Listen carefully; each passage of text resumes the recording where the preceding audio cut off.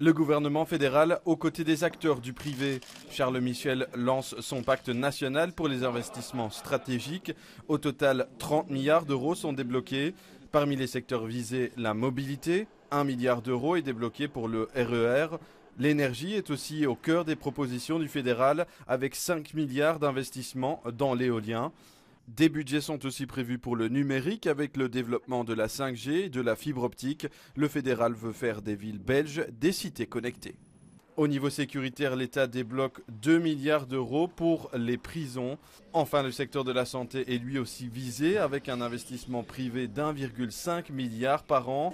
Pour chapeauter ce plan d'investissement, le gouvernement s'entoure d'un comité stratégique composé de grands chefs d'entreprise. L'idée est de créer des ponts entre privé et public. Les investissements privés sont importants et donc essayons de voir quelles sont les conditions à créer pour que le privé puisse à la limite avoir encore plus de confiance et investir encore plus. Un plan qui s'étend jusqu'à l'horizon 2030, il faudra donc se coordonner. Ce n'est pas une ambition pour terminer une législature, c'est une ambition à l'horizon 2030, c'est-à-dire une ambition qui dépasse le cadre d'une législature. Nous voulons donner une assise la plus large possible, la plus solide possible dans le cadre de cette ambition pour les investissements. À mi-mandat, le fédéral lance un plan ambitieux. Une réunion est prévue avec les entités fédérées après le congé de Pâques.